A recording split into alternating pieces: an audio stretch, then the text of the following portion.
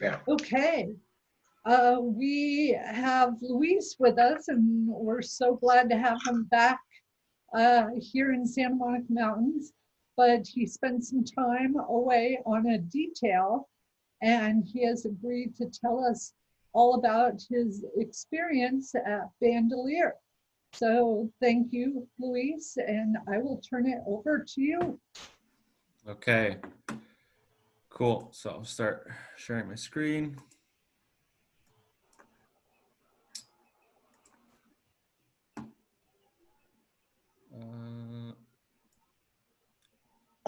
Okay. Well, thanks everyone for joining. It's good to see a lot of you, a lot of familiar faces, some people I don't know personally. My name is Luis. I'm one of the interpretive park rangers here. I primarily work out of the visitor center at King Gillette Ranch. I do guided programs and hikes. I've been here at SAMO for almost actually 5 years now. I started as an intern and I worked as a biotech with the veg crew, and then I moved into education and then now interpretation, public outreach. So it's been a lot of fun. I've had a lot of opportunities, and this was one of them, is taking the detail or like a temporary promotion, which gives employees an opportunity to go to another park and sort of experience a different park and then help this other park when they have a need. So Bandelier was very short staffed during the winter. So they hired a few detailees, and I was one of them. And I would help them primarily with interpretation, short guided tours like around the visitor center. I definitely was at the desk, front desk a lot, providing general information about what trails you can do in the park and in the general area.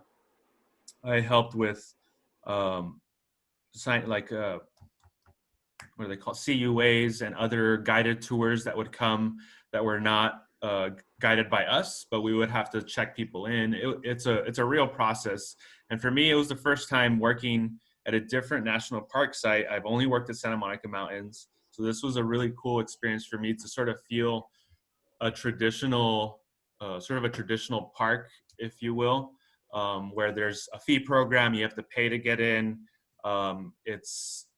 It's more of a destination, like I would say, like a travel destination, versus Samo is sort of like a backyard, sort of. It's integrated into the city, and many people here at Samo are in the park not knowing that they're in a recreation area, versus going to a national monument. You're sort of actively going to a national monument, and people prepare for these sort of things, and it's usually part of a road trip.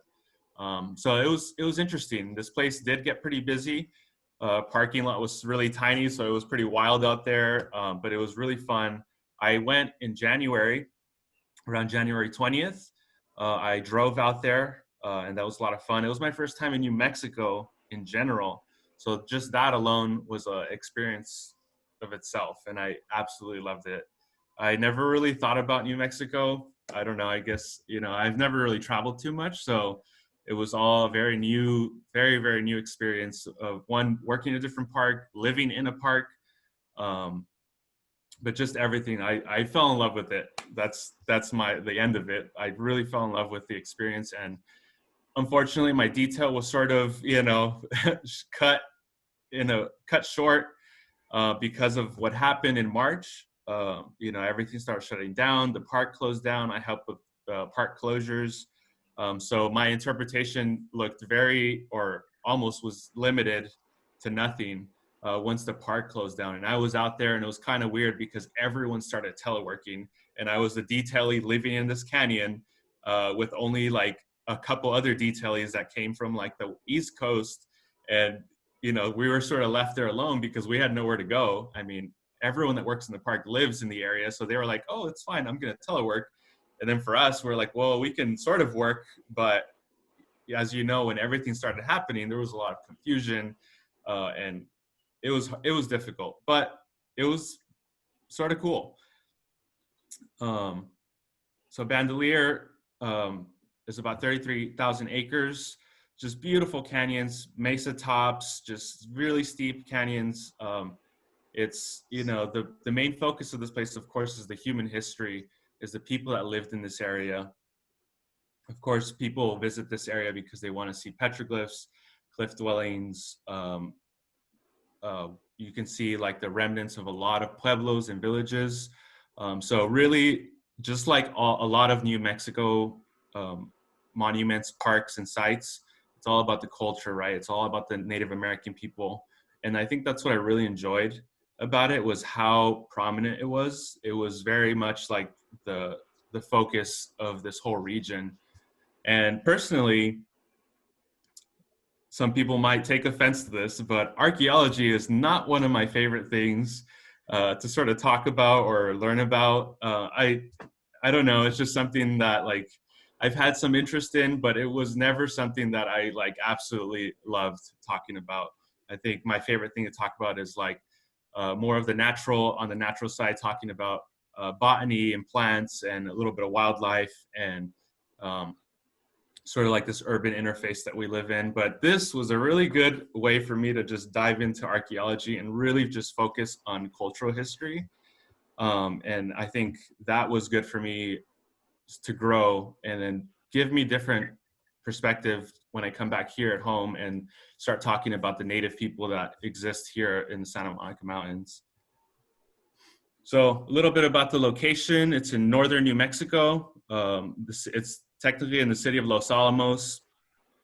I heard some people refer to it as an extension of Colorado because it's, you know, only a couple hours away from the border of Colorado. It may be offensive to Colorado people if you call it an extension of it. But in terms of the elevation, I was living at around 7,000 feet elevation. Some of the peaks that were only about half an hour away from me were up to 10 to 11,000 feet. So there was a lot of snow when I got there, which was another new experience. I've never lived, you know, in a snowy environment for too long. So that was a whole nother thing. You know, these beautiful forests. Just, I think the snow was probably my favorite. I was able to go snowboarding a lot. There was a snowboarding ski hill just like 20 minutes from where I lived, and that was pretty amazing. About an hour away from Santa Fe and about 2 hours away from Albuquerque. A little, just zoomed in a little bit more, we have the region. It's part of the Jemez Mountains. Um, Bandelier is within the Pajarito Plateau, which is a volcanic plateau that was caused by the Valles calderas about 1.25 million years ago. There were several very violent eruptions which created this depression of a caldera, but the surrounding area created this beautiful, it was a big deposit of volcanic ash or tuff, which is which erodes very easily. So then you get, I'll show you a better shot. You get these very defined canyons, very maze-like. I mean, hiking here is a whole nother experience. I really enjoy the way everything was laid out. I was living at 7,000. If I wanted to go hiking, most of it's flat. It would be a very, very flat hike, and then it would be a very steep canyon. So you would like drop 800 feet to 1,000 feet, and then you would walk like not even that far, and then you would have to then go back up out of a canyon. So essentially, you're just walking in and out of canyons very quickly. So that's sort of the exhausting part. But it's really interesting what you find out there. I found a lot of petroglyphs once I got into the sort of the wilderness areas. There's about 70 plus miles of wilderness. Almost the entire park is wilderness. And that's another thing that was pretty unique about this whole area was a very unfragmented habitat. Everything was, you know, very connected from the Valles Caldera, Bandelier National Monument. The Rio Grande is just down here in the south, which the border sort of ended right there at the Rio Grande. And there's a lot of history with that as well. And then adjacent to it was a lot of Forest Service land. So I was able to do a lot of hiking, a lot of wilderness hiking out there. And it was just absolutely different, you know, a lot of less vegetation. There were a lot of trees, you know, just a lot of ponderosa pines on the mesa tops. Other than that, it was a lot of grass. Bandelier and sort of this region deals with fire quite a bit, sort of like us. So that was one thing that I did find very interesting. They have a pretty big history with fire. They've had some bad incidents where they had some prescribed fires that went loose and actually destroyed part of Los Alamos. And that kind of affected the whole NPS standard of like fire programs and controlled burns, was because of an incident that happened here, I think in late 90s, early 2000s. I can't remember the exact year. So Bandelier was established in 1916 by Woodrow Wilson. It was originally by U.S. Forest Service until the National Park Service came in 1933. Within that time, it was very difficult to get into the area. There were no real roads that took you into Bandelier. So I think at some point the Forest Service found it to not be a very valuable resource for them, and they passed it on, it got passed to the National Park Service because of what was there. It was more important to preserve these historic sites and structures, and that is what the Park Service really focuses on. And the Forest Service, I guess, passed it on to the Park Service. The CCC took a big part in building all the structures in Bandelier, which is a whole another part of history that I guess I never really learned about too much. This park has the most concentrated buildings that the CCC, Civilian Conservation Corps, ever built across the country. So this is just like a heavy historic structure, even just from the visitor standpoint, like the visitor buildings, not just the historic Pueblo site itself. Let's see.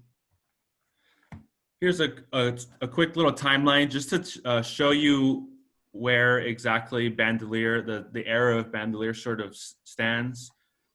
This is a historic timeline, archaeology timeline that is sort of encompasses the New Mexico region.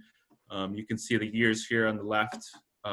They would classify them by like the time that they've moved around, how they would classify the eras of where they were living, different types of Pueblo eras, and they would classify it depending on the tools that they would use, how advanced their methods of living were growing over time, and then that's how they would divide into these different Pueblos.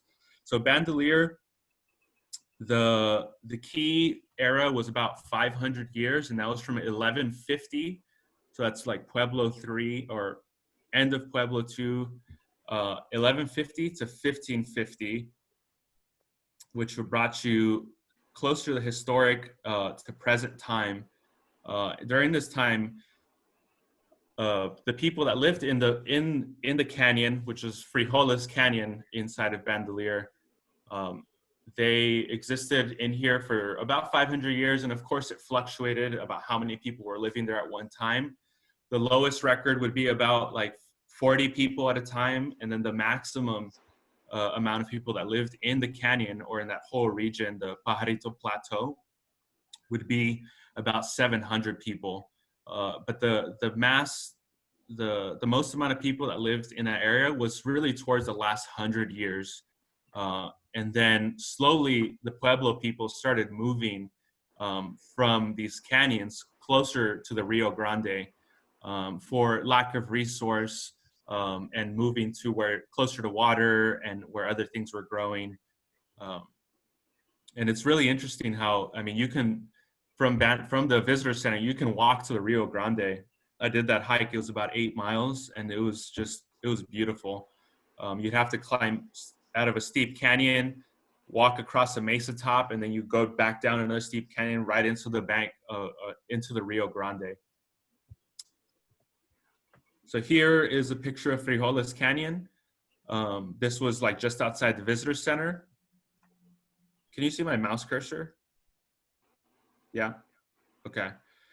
Right here is the Pueblo of Cochiti from a far distance. I'm gonna show you more pictures of it way up close, but just to show you some scale.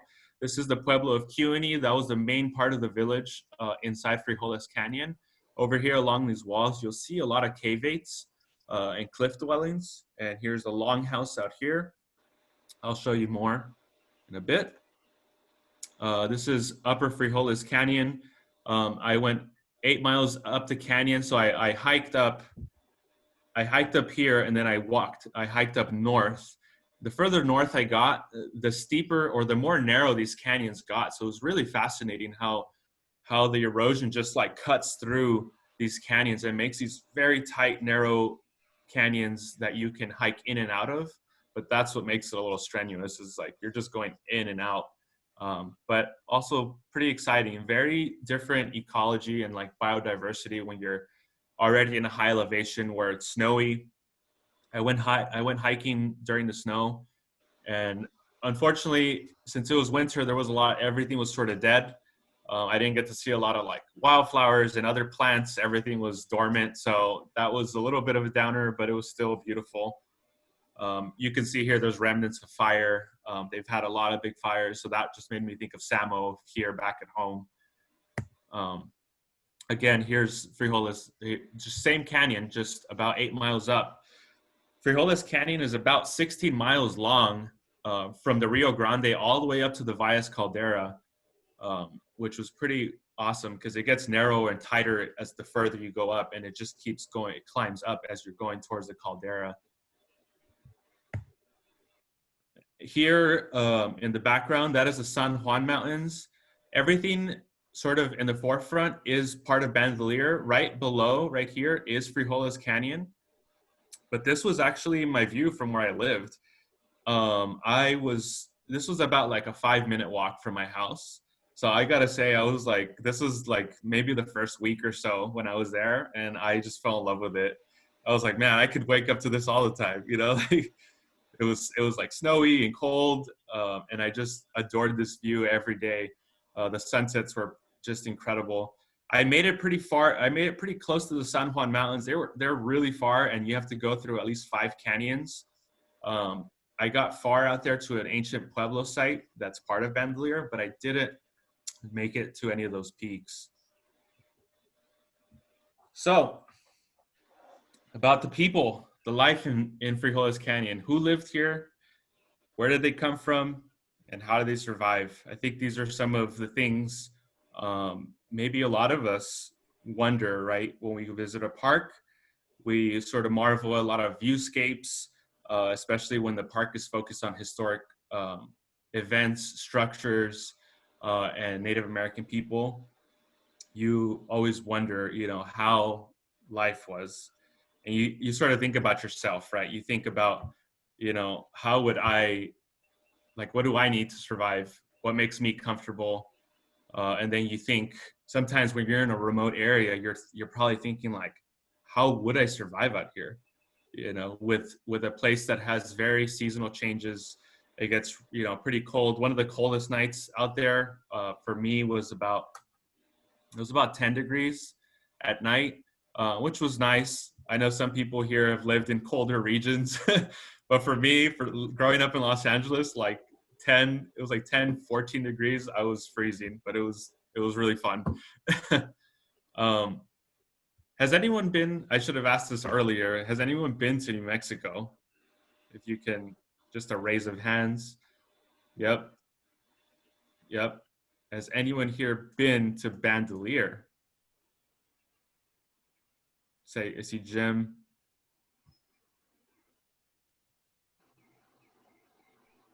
Okay, is that it? I have been to Bandelier. Who's that? Amy, my picture isn't showing for some Okay. reason, but I'm Okay. here. And I have been there. Great. Okay. I remember a lot of bats. A lot of bats. Yeah. Yes. They have these pretty incredible caves out there where they had like little bat dwellings, which was awesome. Fortunately, again, it was winter, so they were all dormant. You know, I didn't see any bats. Cool. So I am going to go ahead and start talking a little bit more about the people that lived here and who lived here. Sorry, I'm trying to move this out of the way. Oh, and it's this little guy. So this, I feel like I had to include this little squirrel. So this is an Abert squirrel, and for some reason, it seemed like this was like the absolute mascot of Bandelier. I saw it everywhere. They had like merchandise of these little Abert squirrels. They are sort of regional. They only exist in this area of New Mexico. I know like the Four Corners region, you'll find, so like Arizona, New Mexico, Utah, you can find these Abert squirrels, but I thought it was hilarious that this was something that there was a lot of merchandise in the visitor center about these little squirrels, and they were pretty adorable. They're little tufted ears, and I saw them running around all the time.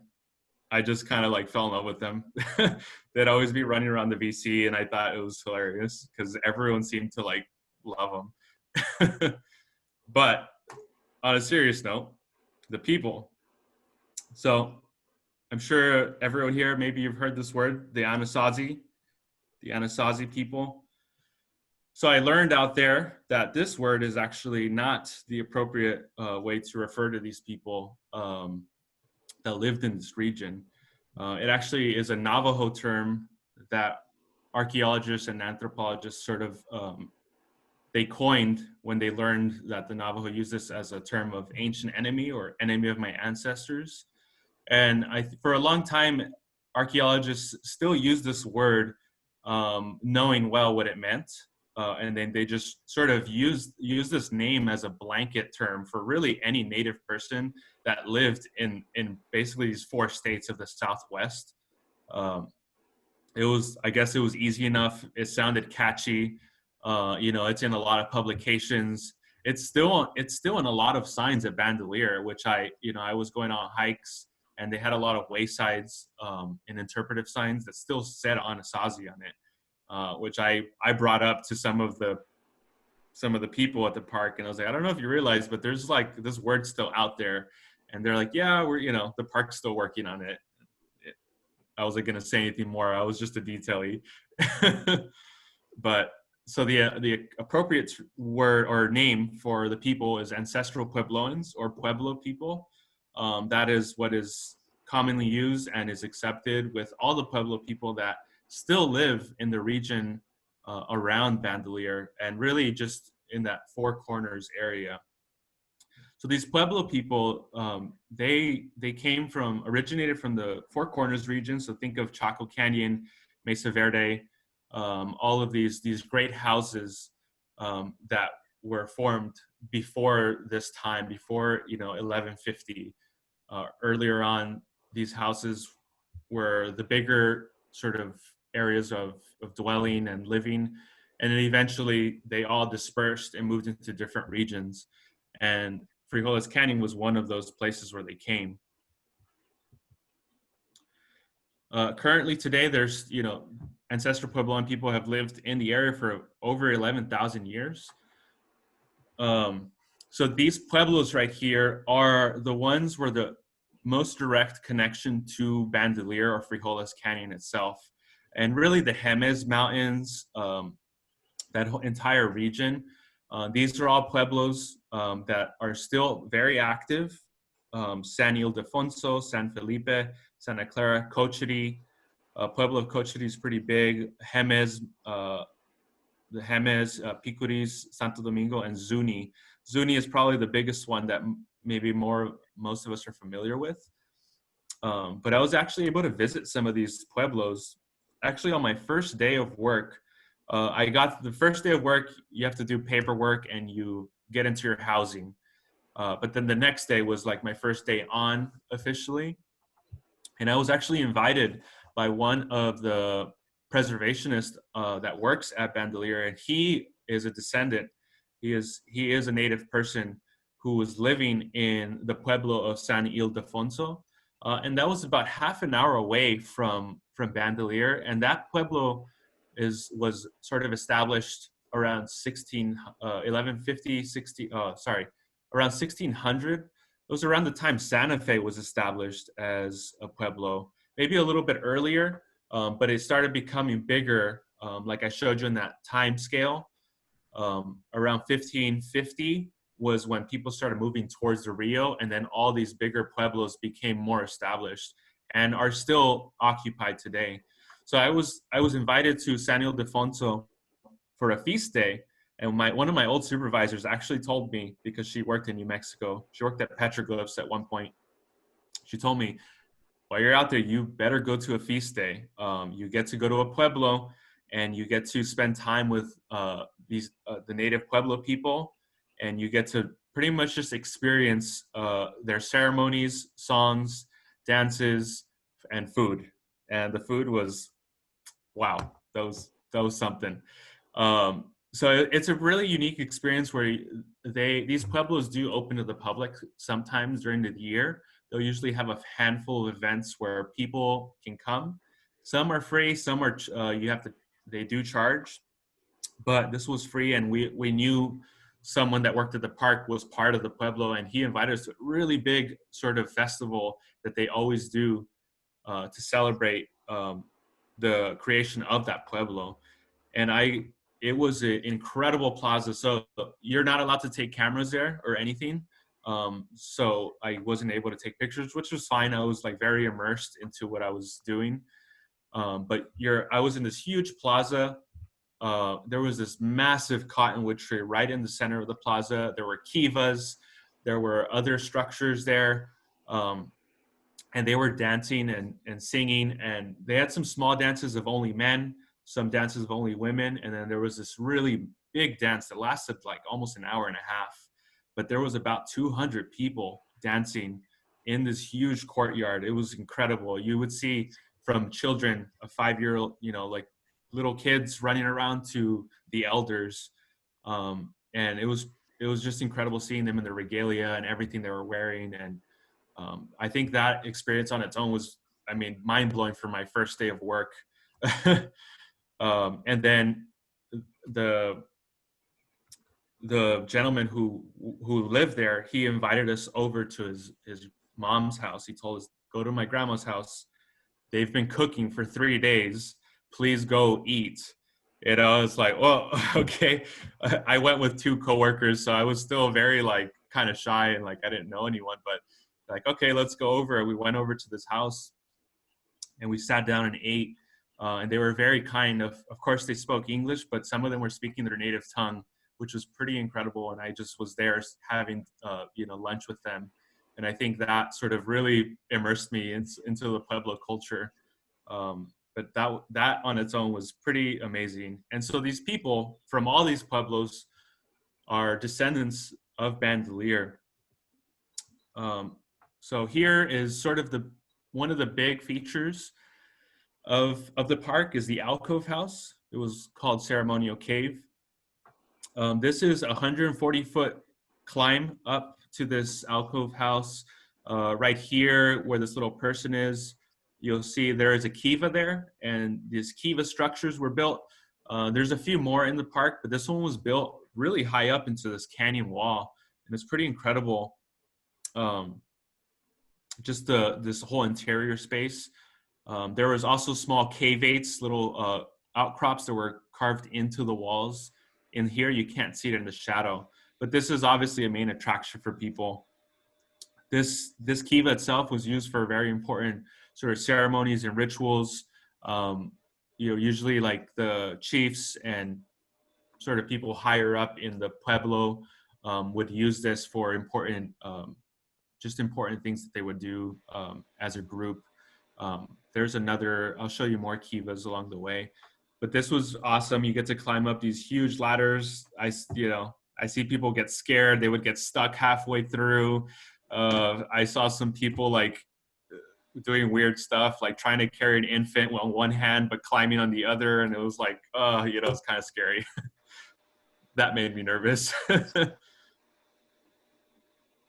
So here's that same kiva. So this last picture was taken by one of the lead interpretive rangers, Sally King. She was incredible. A lot of the pictures I'm sharing today are from Sally King. Some of them are mine, but some of them are hers. And she let me use them. They were an awesome group of people. Here's that same kiva. The kiva's been closed for about 5 years or so because they need to restore it. But I guess they used to let people in there, which was pretty fascinating. I did have the opportunity to climb into a kiva, but not in Bandelier. I did it at Pecos National Historic Site. I was able to climb into a kiva. And at Jemez, the Jemez historic site as well. Here's the same view of the kiva. To my right, you can see these holes right here are holes where they would put beams for structures, small little beams just to have layers for storage, maybe housing. If you look over here to the left, this is all Frijoles Canyon. You can see how far it goes. It just keeps going. This is part of the Jemez Mountains, or this is close to the caldera, and these are all ponderosa pines. It's just incredible when you're hiking through here. Here we have the Longhouse. You can see starting here, this is where the trail sort of starts on the far right, and there's a little walkway. The Longhouse was built with mortar and bricks, pumice bricks, just everything you can find in the canyon. You can see all the caveates and little dwellings inside of the canyon walls. The nice thing about the Longhouse was that you were able to see exactly how many homes there were. One, because of the footprint, you would see the footprints of these little, like the grids of where the rooms would be. But then also, I didn't get another picture, but also you can see where there would be beams where they would put, say, like ponderosa pines to create second levels, sometimes up to 3 levels. So you would have sort of these stacked buildings of housing. Not all these rooms were for living. Some of them were used for storage of their food. So it's pretty unique to sort of walk through this. And this right here, this stretch is not very far. I would say it's less than half a mile, and you get to see a lot just within that range. Along the walls, you'll see a ton of petroglyphs. I'll talk a little bit more about petroglyphs later, and I'll show you some pictures I took. But here, and that's another good indicator of how high they were living up against the canyon wall. You'll see petroglyphs in some really just some spots that you're like wondering, how would you even get up there? There were some that were even like far up here that you'd probably have to climb from the mesa top, but there were some that were like just crazy. Here's the Longhouse. This picture was taken in 1935. This is sort of when they first started documenting or started taking more photographs and documenting the area. Of course, people had been visiting and unfortunately looting this area in the late 1800s before the Forest Service even got here. But this is sort of a really early picture of what it looked like. You can see some of the structures, the masonry walls still here. Here are those holes that I was talking about. Very clearly defined levels. You would find petroglyphs on these walls, and then you would find petroglyphs in this layer, and then you would find some up here. A lot of these ladders and beams were used with ponderosa pine. I think not so much pinon, because pinon is doesn't grow that large. And here is the Pueblo of Cuny. This is the one that I showed the first slide. So here's the Pueblo of Cuny. Here is one kiva. There are actually 3 kivas here, but these were unexcavated, the other 2. I think one was excavated and then backfilled, and then the third one was never excavated at all. But this plaza actually went all the way around. Some of it was just eroded and also destroyed and looted. The visitor center is over here to the right. Up here on these walls, you can see more cliff dwellings. There are more homes that were built here as well. So interesting enough, this plaza actually wasn't primarily used for dwelling.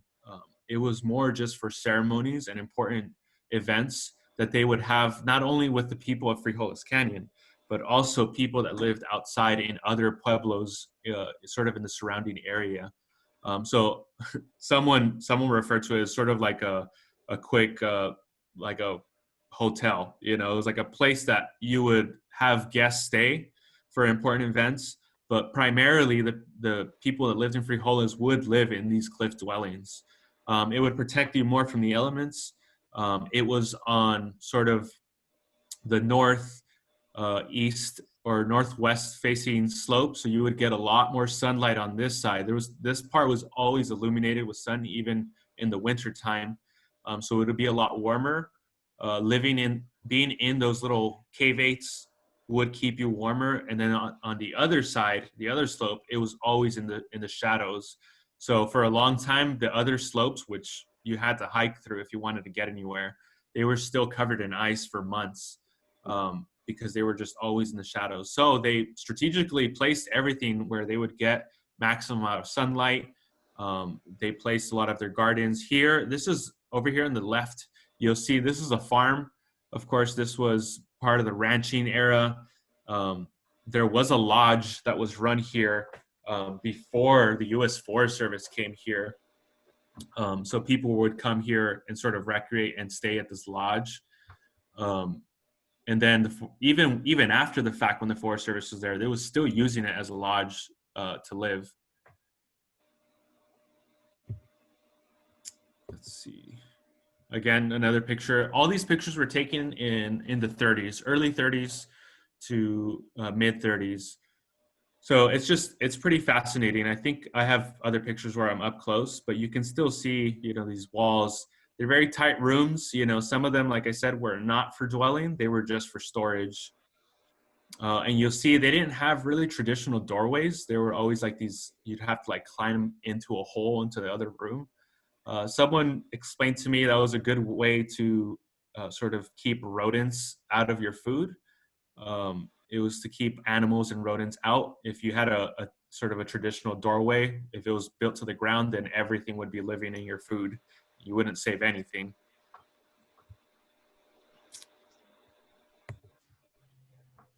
And I took this picture.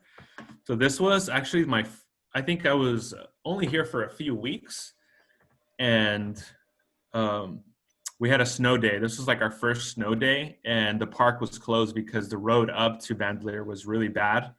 And then on a snow day, we still worked, and we would actually come out and shovel all the snow out of these trails. If you left it there, it would just freeze, and it would get really, it would get worse over time. So it was better to be out there shoveling while it was snowing to prevent it from freezing, and then instead of having an ice rink for a trail, if we opened the next day, I definitely saw people slip and fall out here the first couple months.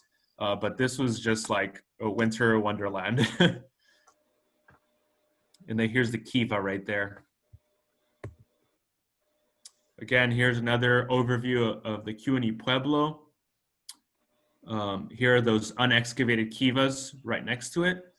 And there's the main kiva right there. So kivas were used for there's evidence of like basket weaving, also just preparing and storing some food. Any sort of important rituals or gatherings would be a kiva. You would go into the kiva for that. There were some ceremonies they would stay in there for at least several days, and the women would bring supplies to the men for like, I think one would like last about a week or so. I didn't know a whole lot about it. This is something that the gentleman that lived in the Pueblo shared with me. He told me that there are some ceremonies that will last about a week, and then the men will just stay in the kiva for that long, which is, for us would be incredible. But I like this image because it shows you all the rooms, how many rooms there were. And the thing about this plaza, unlike the Longhouse, it's hard to tell how many stories there were here. Some areas could have been 2 stories, some could have been 3 stories, but it's difficult to tell because there's nothing really, no markers that you can sort of use to identify that. But if you look at other pueblos in the region, Taos Pueblo is about an hour and a half away, but Taos is another huge, famous pueblo.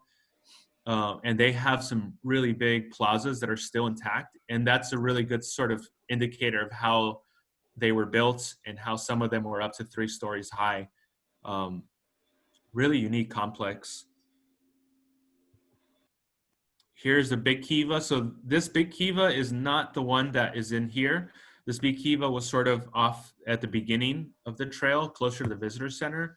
Again, this was just used for those same purposes for the Pueblo people. one more picture of this. This is a house right here built along the wall. Here's a picture of a cave 8 and the ladder. Of course, this was always fun. This is what people would come to. That was the number one question you get at the visitor center.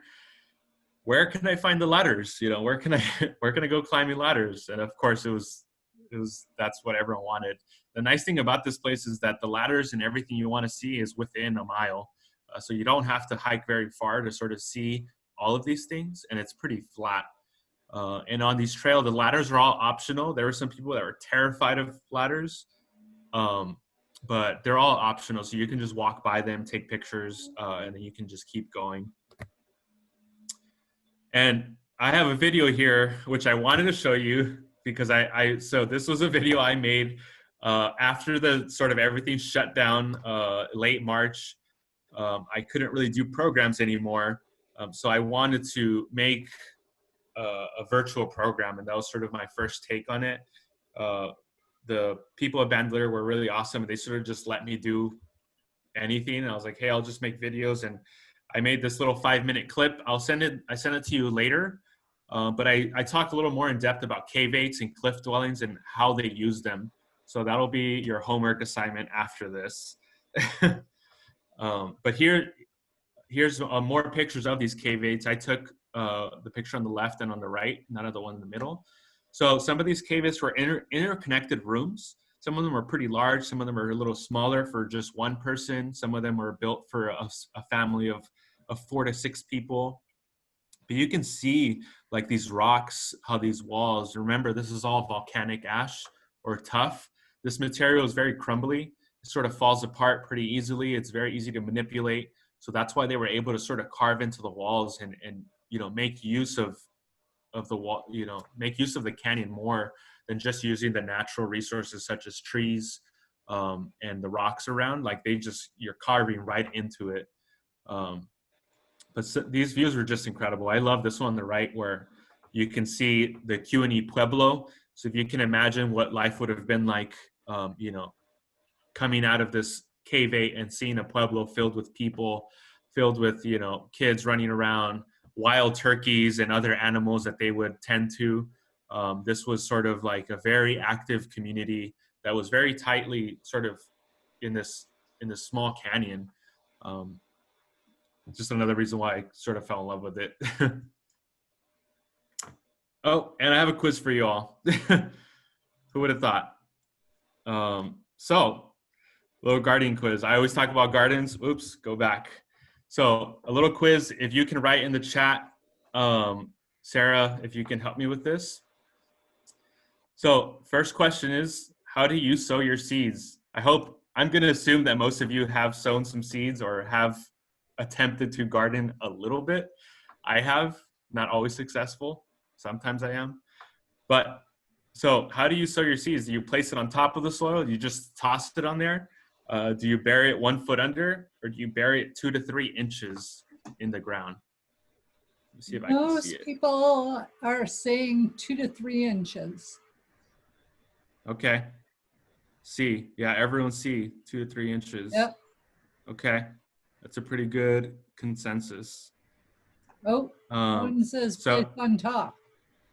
Place on top. Yeah, that's true. I mean, if you think about it, naturally, a lot of plants just, you know, that's how seeds are dispersed, right? They fall off the plant and they are dropped right on top of the soil. And then, you know, whatever happens from there, they'll germinate and they'll do fine.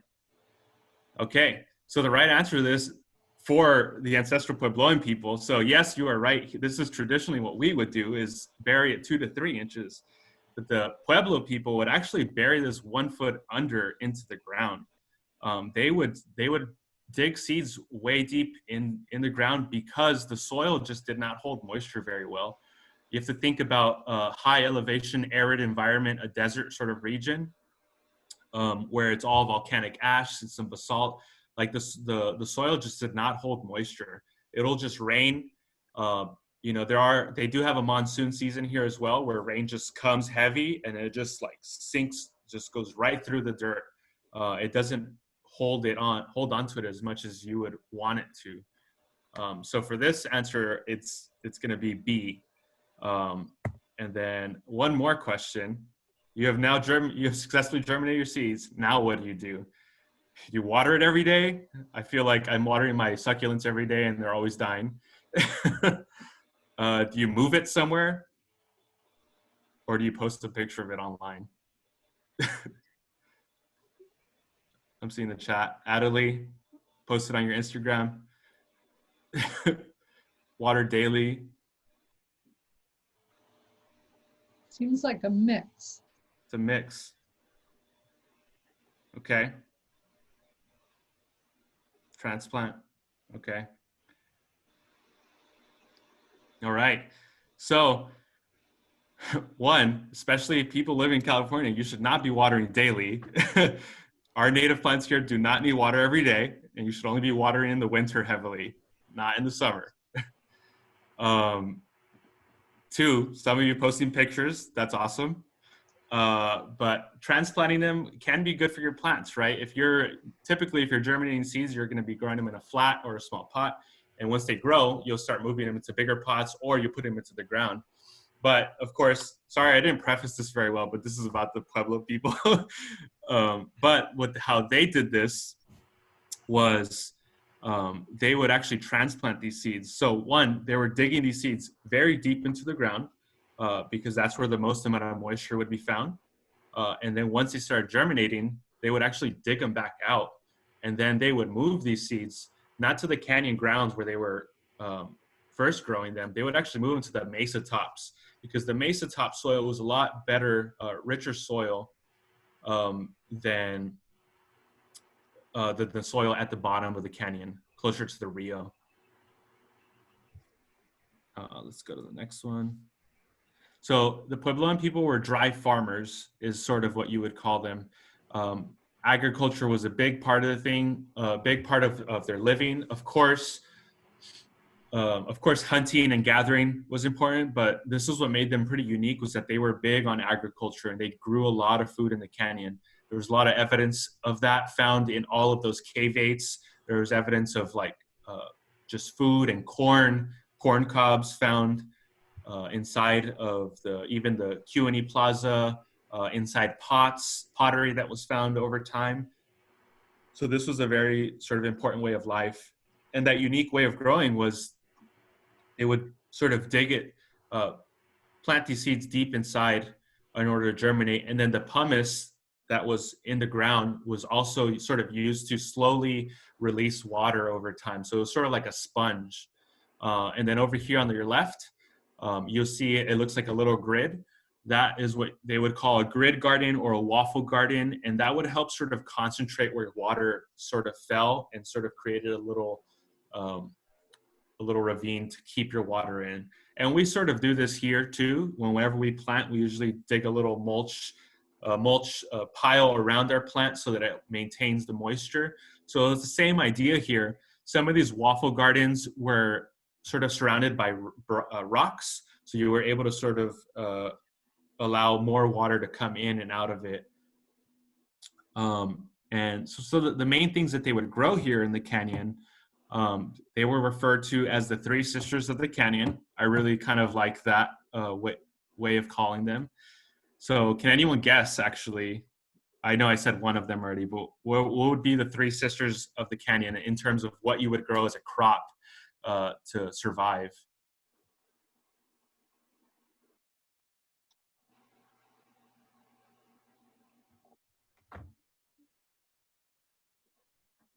Oh yeah, so you guys know. Corn. Pam and Athea. So there were some gardens that were planted on the mesa tops already, but some were just grown at the bottom because that's where they were living. So it was just about access and being able to watch over your plants. I think that's sort of the reason why. Also, the canyon would sort of retain heat a little bit better, depending where they were planting it and growing it, versus the top, it would just be covered in snow for a long time. So I think it's just about access to your plants, your garden. If you're living at the bottom of the canyon, you'd have to be trekking up and down to check on your plants. But that was pretty, I mean, to me, that's fascinating that they were able to figure that out, of germinating in the canyon and then growing on the top. And yes, Corns, beans, and squash are the three sisters of the canyon. So the corn, they would use corn because all of these crops were easy to store for a long time once you dry them out, and that was the beauty of it. Corn would grow these huge stalks, and they would create a nice little shade over the plants. For the beans and the squash, which are not very tolerant to the heat. So the corn would create a nice shade for them, and then the beans would create revitalize the soil with nitrogen, and then the squash would add more mulch to the area. So typically you would see all three of these things growing right next to each other, right underneath each other. And you can find a lot of these grid gardens throughout the park. This one right here is just a sort of an interpretive garden that the park would maintain that was like right off the trail. But I saw sort of a historic one, an original garden that was like 10 miles out into the canyon, and they were huge. It was like a big, I would say like 8 by 8, 10 by 10 sort of grid garden, maybe a little bit bigger. You can sort of just see the squares, of course. There was a lot of grass and weeds growing on them now, but you can see like these little tiny mounds of where these gardens were placed. And that was a big part of the survival. They would dry all of these foods and crops, and then they would store them inside their cavates or cliff dwellings. They could last for months. So this was perfect for surviving through the winter.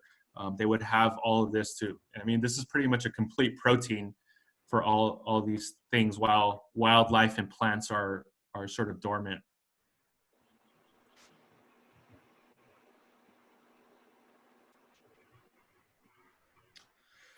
A little bit about vegetation. Unfortunately, I was there in the winter. So like I said, everything was under snow or dormant, but the main trees were ponderosa pines, pinon pines, aspen trees. Aspen trees were up at the higher elevation. They were surrounding closer to the Valles Caldera, but definitely part of Bandelier was up there at around 10,000 feet. So I was able to see, I mean, not these yellow trees. This is a picture taken in the fall. But it's just absolutely unique. I would love to visit it in the fall again. A lot of cottonwood trees, juniper trees, and cholla cactus. And that's sort of all I really saw that was obvious to me. Everything else was just under snow or just gone. So that's why I need to go back. When I left right at the end of April.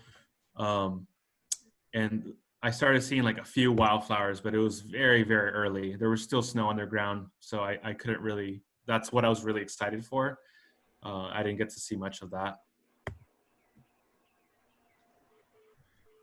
Here's a little pinon jay eating a pinon nut from a pinon pine.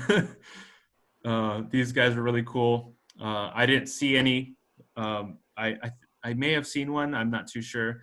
But these pinon jays, they sort of live in the Four Corners region. I've seen these guys at the Grand Canyon. They're really cool birds. They're just, storing, collecting nuts, just like a lot of the other birds in the region. So petroglyphs, this was another really incredible thing to see. I mean, thousands of petroglyphs can be found in this park. And really just across New Mexico. I mean, you can go to a lot of historic sites and you'll find these. And the unique thing about the petroglyphs is that, some of them it's sort of, people are trying to make their interpretation of it. It's hard to fully understand what a lot of them mean, especially us as park rangers. It's hard for us to sort of tell a story that isn't for us to tell, and this is something I learned from some of the Pueblo people. There were some things that they would rather not share with the park, because I did get to meet a lot of people who were from the Pueblo. They said that, there are certain things they'll share and there are certain things they did not want to share for their own personal reasons. And, that's okay. I'm not here to like question them. But some of the petroglyphs were one of those things that even some of the Pueblo people had a hard time interpreting what it really meant. Of course, some of them are more obvious. Like here you have a turkey. Besides the farming, they did have a lot of wild turkeys that they would raise. That was a big part of what they would sort of take care of for food, and a lot of their feathers and plumage to create clothing, clothing and other tools from the Turkey. Here you have a dog up top. They use dogs a lot for companions and also to hunt. But here I did see a really cool corn petroglyph there, and some snakes, and then just people, you would see carvings of people, and it was all sort of unique, but it was hard to tell, what was going on and what it really meant. And I even went to Petroglyphs National Monument, and I sort of got the same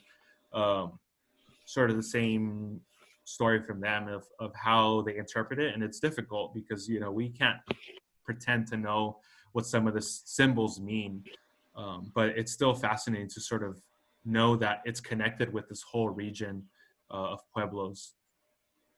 Here's one that I took. This was probably my favorite one. You can see a lot of these swirls and symbols, these circular carvings. It's sort of hard to tell. This was just a wall full of them. I would say this wall was about like 3 meters high. It was like, I don't know, like 10 to 15 feet or so. It was pretty wide. It was hard to capture everything. I know the lighting is a little off, but this whole wall is just covered in these circular carvings. And I don't know, I asked some of the rangers that have been there for like 20 years, and they don't have a good story to tell me, or they don't have really enough information to try to decipher this. But it's sort of like what makes it special is there's a lot of mystery of the people here, yet they're still very active, and they're still very much a part of the park and other parks around New Mexico. Here is a macaw, and this is really unique because you could find macaw petroglyphs really throughout New Mexico, and this was important because where do macaws come from? They're not from this region exactly. They come from South America. So this just tells you more about their trade system, how far their reach was. I think a kid said he looked like a little dinosaur dog, is what a kid at the visitor center said. But a lot of Pueblo people, and it's confirmed that this is a macaw, but they would use, macaws were very important and sacred to them because of how colorful and vibrant they were. And they would use a lot of their feathers for, of course, their clothing and for their important rituals. I don't know if we have any questions.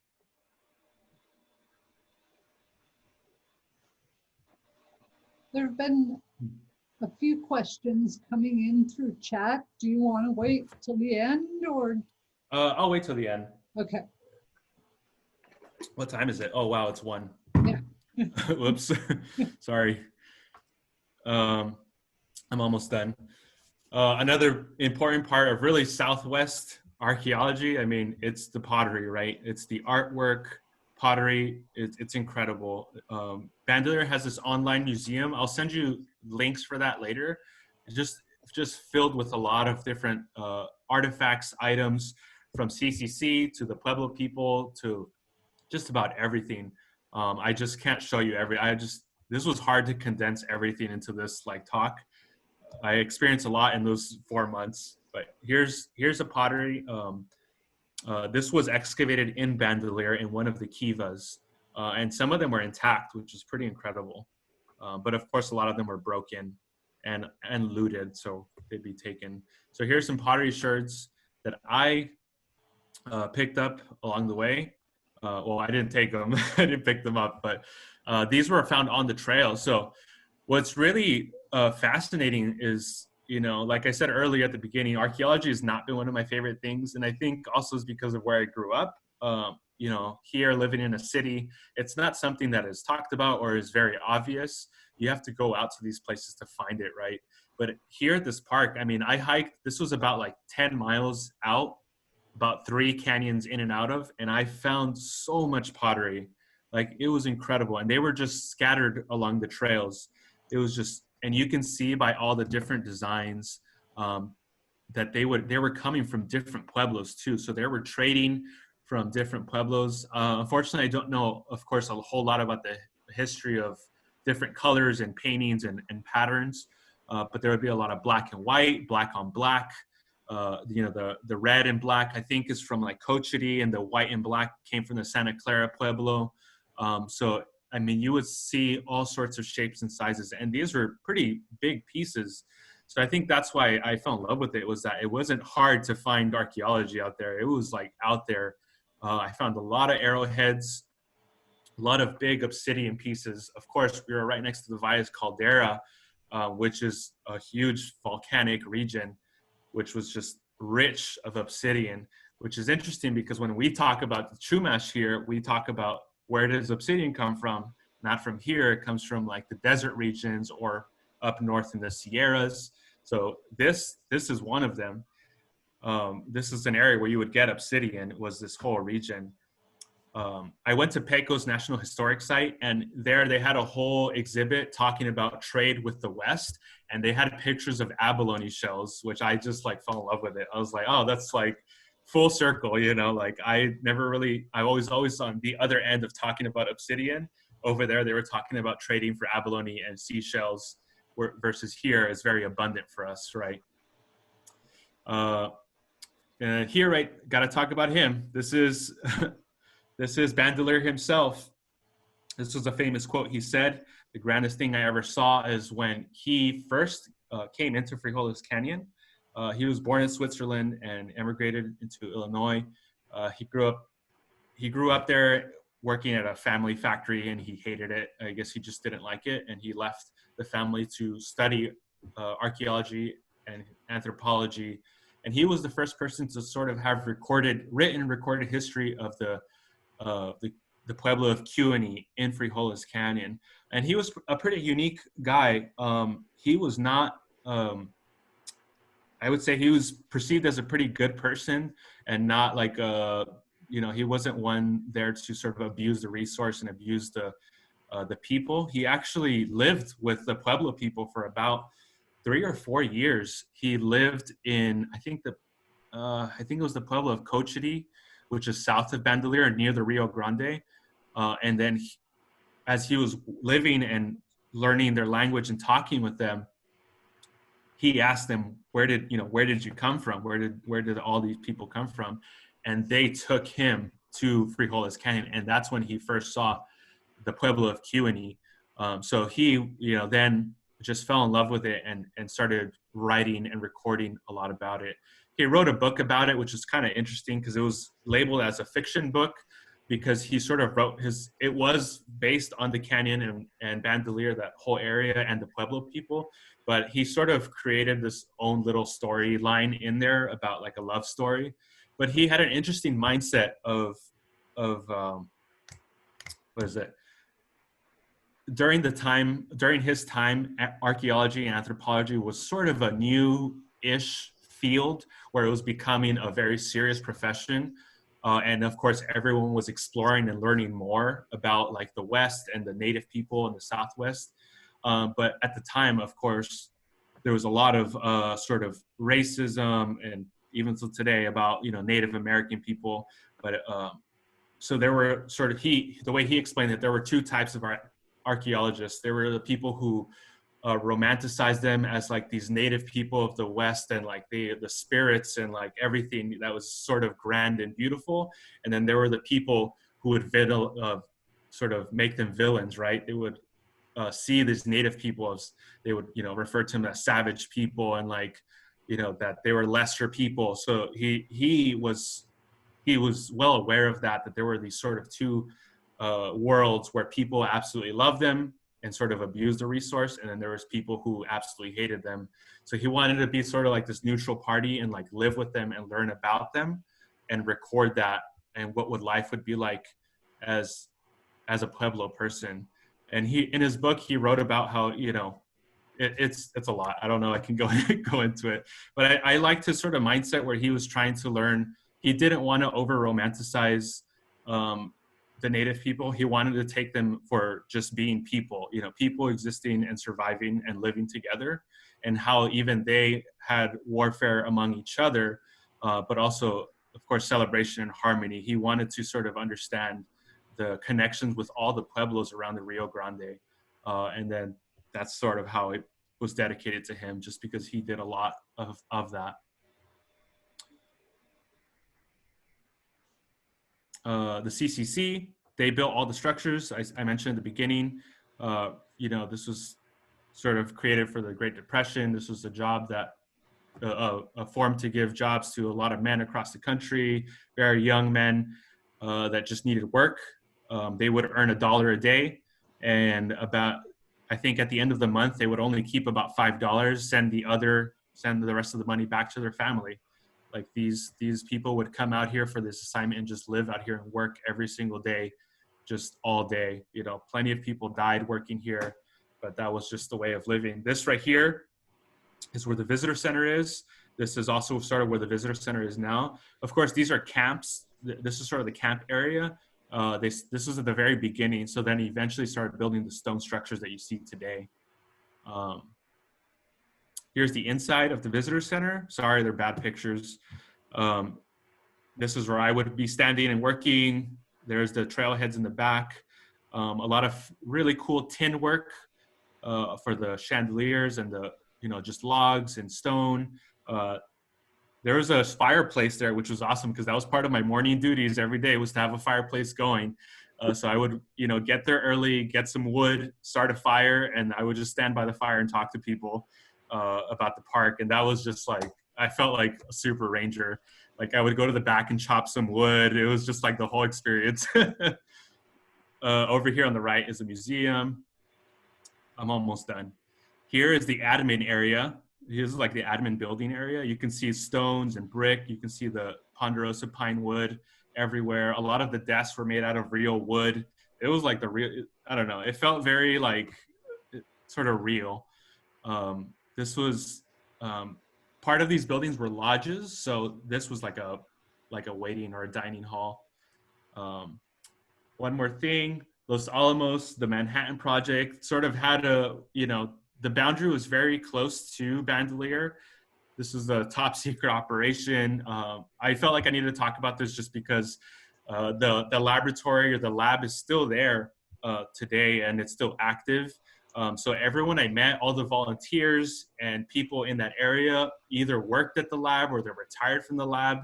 But the Manhattan Project was where the nuclear weapons were built to win the war. And I met people who were retired from the lab who were there sometime after the war.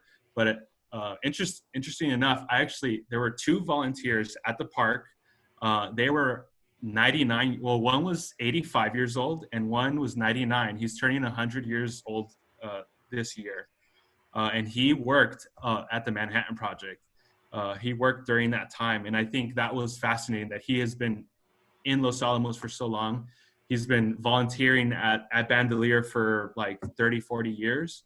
But the fact that he has that connection to the laboratory was only about 25 minutes away up the road from Bandelier. So it was very obvious. And there was a lot of like top secret signs that tell you to like stay away. There are explosives everywhere. It was a weird part of living. Whenever I'd go to town, like everyone was lab people. It was something I've never experienced. But of course, this is another sort of big part of like our more current or recent history. That was something else. I just had to talk about it a little bit. Here's the Valles Caldera. That's the big depression of the caldera. There's the explosion 1.25 million years ago. Very active geothermal systems. There's a lot of hot springs, which was awesome. A lot of biodiversity, unfragmented habitat, very high elevation. This was the watershed for most of the region in northern New Mexico. I went snowshoeing a lot. I went snowboarding a lot. That was a lot of fun. Here's me again. So this is the base of the caldera. I'm like inside of the caldera. And then over here, I'm hiking. This is technically in Bandelier, but this is the caldera on the right. And here's another view of the caldera. This is right before I left. The snow had melted. So you can see it's just an incredibly vast area.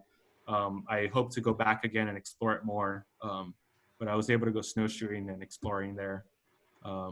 And that's it. Thank you all for joining me. That is me, a photographer from a local paper, took a picture of me talking to a visitor. This was like right when things were starting to shut down and they were trying to get like media coverage of what the park was going to do. and they took a picture of me talking to someone.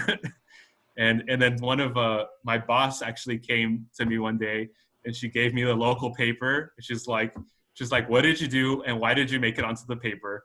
And I was like, oh, that was really funny. In my short time there, I made it to the news. And thank you. Great. Thank you. Hey, Luis, there have been some questions that have been coming in Yeah. as you were talking, and I know that we've run over a little bit, but if you don't mind sticking around answering some of these questions, and Oh, yeah. if people need to leave, we totally respect that. We'll record the answers in the video so that if you want to come back and watch it again and see what the answers are, that's totally fine. One of the questions that came up fairly early on is, I noticed that many of the pueblos have Spanish names. Has there been any move to change the names to indigenous language names? That is a really great question. I have been thinking about it myself too, and I don't know, quite honestly. Of course, with things going on right now, it would make a lot of sense to have that change. But I don't know, because I'm not there anymore. But I need to ask people there at the park, or just anyone around, if they have heard. I've made some friends that lived in some of the pueblos, so I'll ask her. I know that someone that I know, she lives in the Pueblo of Santa Clara, and she told me that they started tearing down some of the monuments, some of the statues that were from these Spanish conquistadors. But the names are all Spanish. They're all like Santa, San, Domingo, San Felipe. They're all Spanish names. So that's a good question. I'll try to get back to people once I find out. Okay, great. Another question was, how busy is the park normally, and what time of year is best for visiting? Okay, so a slow day was about 200 people in the visitor center, 200 to 250. The busiest day I saw, and of course this was winter going into spring, the busiest day was about like 900 people to 1,000 people in the visitor center. Maybe a little bit more that don't walk into the visitor center, but that's like a pretty safe guess. But I've heard that it gets pretty wild there in the summer. I was there at the beginning of spring break for like Texas and Colorado and New Mexico. They were starting to have spring break, so it was getting really busy. The best time to visit, I would say maybe in the fall. The winter is beautiful, as you saw. I loved it in the winter. It'll actually be a lot quieter. It'll be nicer. There won't be any guided programs, though. There won't be too many guided programs. If you want a guided program, you'd have to come in the spring, summer, and fall. But in the summer, you do have to take a shuttle, which can take a while. You have to take a shuttle from the little town of White Rock, outside, about 20 minutes away. And some people hate doing that, taking a shuttle. It takes about half an hour from White Rock to get into the park, and then you have to get on the shuttle to get out of the park back into the little city of White Rock. So if you want to skip that, I think the shuttle runs from like April, beginning of May until about October. And then that window after that is just, you can drive into the park. And, like I said, all the trails are really accessible. They're actually repaving the main loop trail, which is where you'll see all of the cave 8s, cliff dwellings, kivas. So it's actually a really accessible site, which I really appreciated that, because a lot of people in wheelchairs were able to explore everything you'd want to see in the park. You were able to see it very easily from the main trail. Great. Another question, and this might be a big question, Okay. but Okay. how does the interpretation of Native peoples, their customs, stories, etc., differ from out of Bandelier to here in Samo? Okay. I think because it's still very active, there's still active people, Pueblo people that come to the site. There's still a lot of native people that come visit and talk to us. They, you know, a lot of the park still takes a lot of guidance from them. So I feel like we're continually learning more about how they want their story to be told. When they tell us not, there are certain things they ask us not to talk about. For an example, like their burials, like burial grounds. There's something they don't want us to talk about, which is, you know, some interpreters knew about it, but it's not something to share with the public. So I think it's a good relationship. I think it was nice because we sort of got direct information. Here at Samo, you know, I feel like we're a little limited on how many you know, Native or Chumash people that we have a connection to. I mean, we do have a good community of people that we talk to, but it's a little not overwhelming, but it's just an abundance of people that you can talk to in that region. So I think our stories, and also it's different because the park itself is 100% about, you know, the Puebloan people, that you can see the structures, and we're talking about the life they lived. It's that physical, you know, that very physical thing that you have. Unlike here, it's hard to talk about it sometimes when you have cities and housing developments all around you, except unless you're at Rancho Sierra Vista, where you have the op and, you know, the culture center, then it becomes easier to share these stories and maybe make that connection. Versus there, I was able to easily talk about the cavates, the cliff dwellings, and like point things out. So I think that's what sort of makes it a little different and a little easier to talk about out there. Okay, great. Is this area subject to seismic activity? And is there indication of damage from seismic activity in the area? Not that I know of, no. That didn't seem like something people talked about. I know, well, the caldera is dormant. It's not extinct. The Valles caldera is not extinct, but it's still active geothermal site. But I never really heard people talk about earthquakes. You know, people have been there for 30, 40 years. They've never talked about big earthquakes. They were usually talk about big fires or other big, or floods. Flooding was a big thing through the canyons. So these heavy monsoon seasons, they would get some pretty incredible floods that would come through near the visitor center. It like definitely wiped out some buildings and trails, but not so much earthquakes. Okay. And two other questions that are in the chat box. Do the pueblos look like modern towns, or do they still retain some buildings from the native past? So yeah, that's good. I didn't get to visit a lot of them, but a lot of these pueblos are they are like native past. They are original buildings or refurbished versions of those buildings.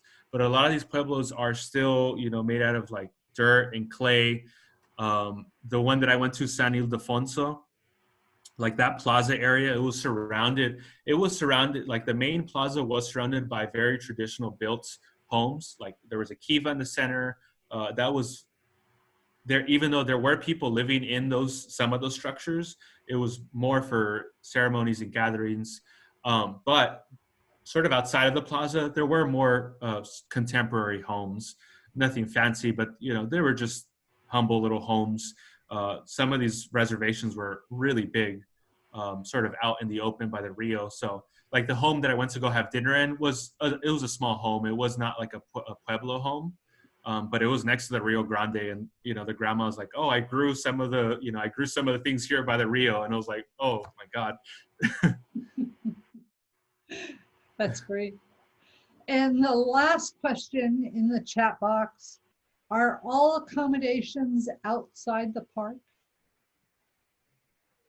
What do you mean accommodations? Like, I think what he's asking is like places to stay. If you go visit. Oh, yeah. Yeah, so you can camp there. So there's wilderness camping. There is like a campground with water. There it's a small campground, but you can camp there. And then you can also stay in the town. So you can go to the town of Los Alamos, which is about 30 minutes.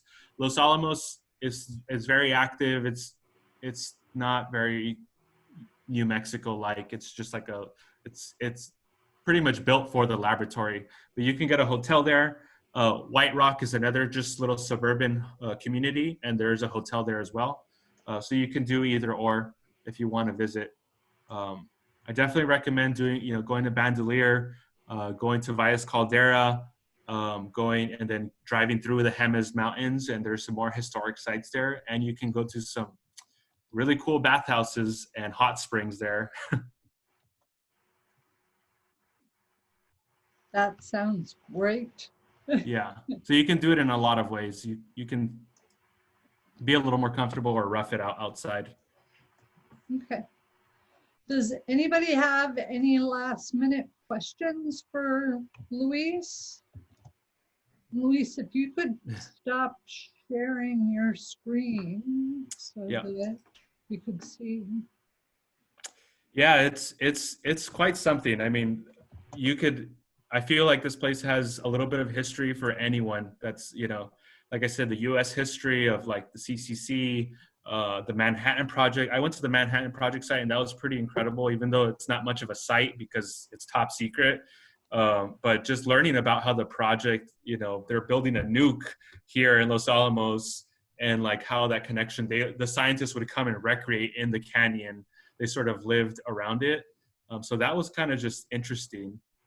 And then the ranching era in the Valles Caldera, and then of course just New Mexico in general. I like fell in love with the place, but it's way too much too many pictures and too much that I learned to share in an hour. But you can always contact me and we can chat whenever you'd like.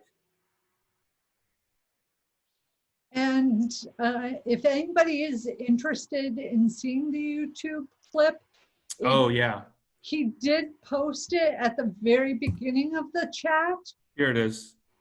I tried to repost it, but it wouldn't copy and paste for me. Thank you. So there it is. At the bottom now. Yeah, so that is my little virtual talk that I did for KVID. So go ahead and watch that. Let me know. It should work. If someone can test it, let me know.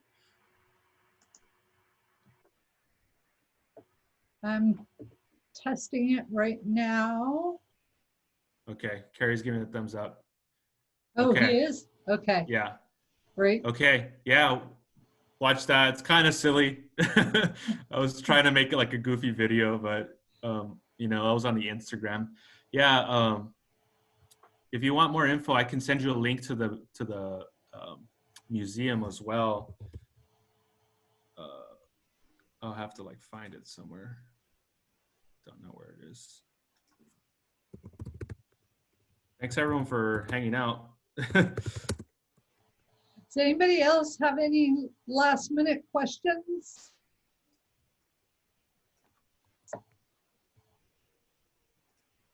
Okay, I'm gonna stop the recording.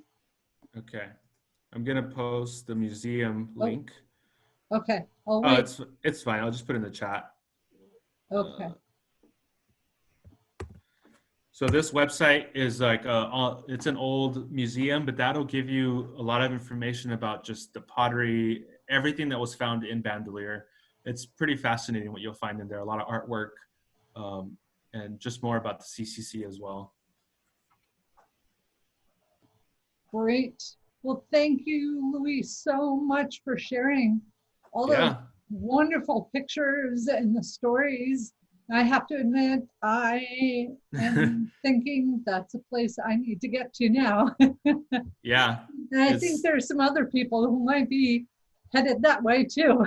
Yeah, I'm trying to go back as soon as I can.